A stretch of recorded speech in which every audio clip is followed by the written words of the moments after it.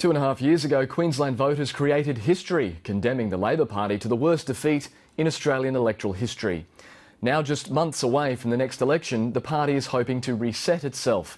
Its annual conference is being staged this weekend, and fundamental changes are being introduced, such as how the leader will be appointed.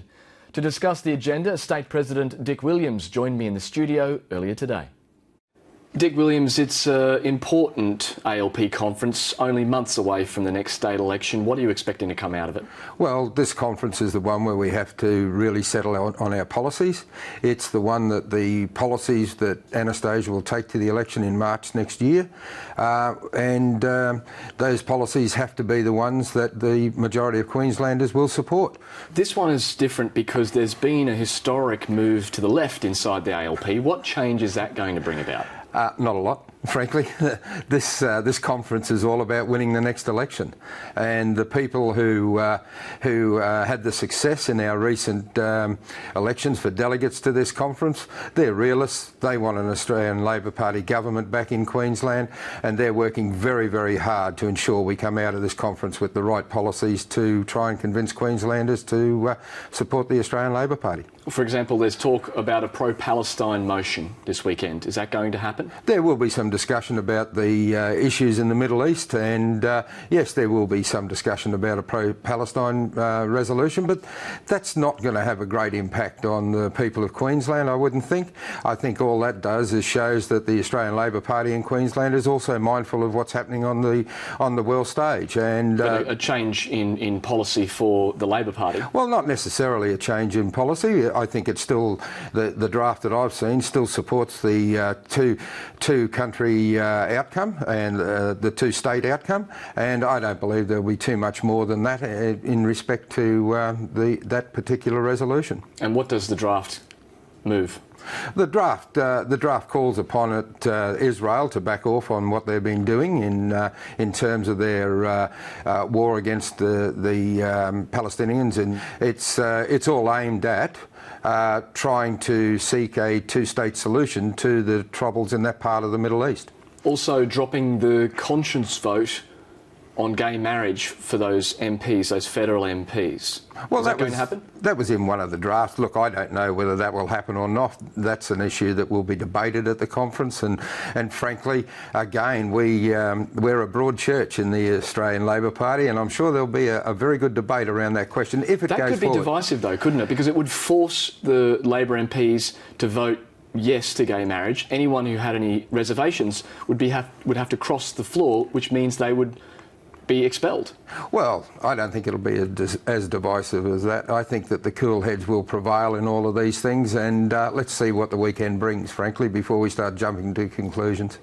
The election of the parliamentary leader, that was something that was discussed last year. Is that going to be changed this year so that you have, after an election, the leader will be chosen 1/3 by caucus, 1/3 by unions, 1/3 by members? Yes, that's right. That'll happen this weekend. At the last conference, that was agreed in principle. We now have drafted the rules to put that into place. Now, what would occur if Anastasia happened to win the next election, if that was the wish of Queensland, then there obviously wouldn't be any ballot on the leader because she would have been elected as leader. However, if we're unfortunate enough to lose at the state election come March next year, then once the writs are returned and then within 28 days of that, a ballot will be called. In September last year, you were asked about your chances at the next state election. You said, "I'm a realist. I think that we're probably in a two-step process." How do you feel now?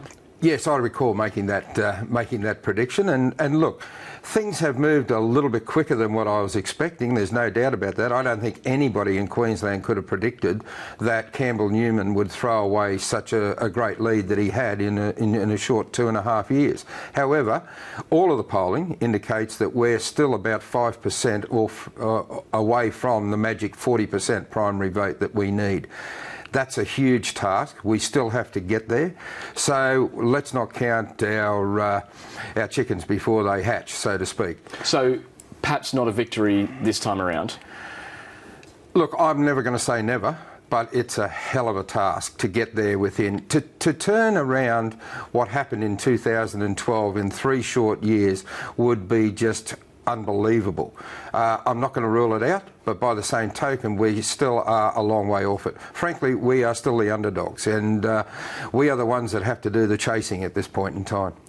After the last election, after the federal election, you and others inside and outside the party, widespread criticism of the candidates. Too many from the political class, not enough from the inadverted normal class. Yep. What have you done to change that? Significantly. It's been a real pleasure to be an integral part of selecting the new candidates. What we put in place to ensure that we got the best possible candidates, we put in an additional step in our selection process, which was the candidate suitability panel. And that candidate suitability panel did work its work really well, and they've been able to highlight some very good candidates and bring some excellent candidates on. Yes, I'm prepared to, I have to concede that we've got about 6, I think it is, or maybe 7 people who were previous politicians prior to 2012 for the Australian Labor Party.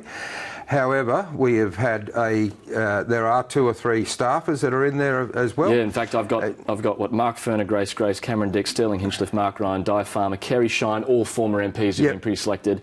Dan Cheverton, a former staffer, Linus Power, a former official. It doesn't seem like you've changed a lot there. In fact, in the current MPs... Hang on. Matt, let's just put this into perspective, can we? I think you've rattled off there. I was going to suggest there's about 10 or 11 people in this category. I guess it'd be easy to say who isn't among that. Please, just let me answer. We have to put this into perspective. There are 89 seats in Queensland.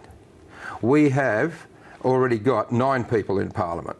We then have selected, as you've correctly pointed out, half a dozen or 7 ex-politicians and 3 or 4 staffers, so let's call that 11.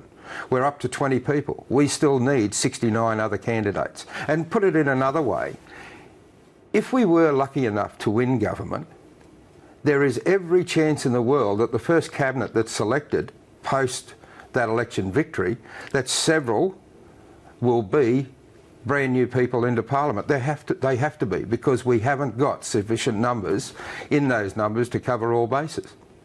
All right, Dick Williams, thank you very much for your time. Thank you.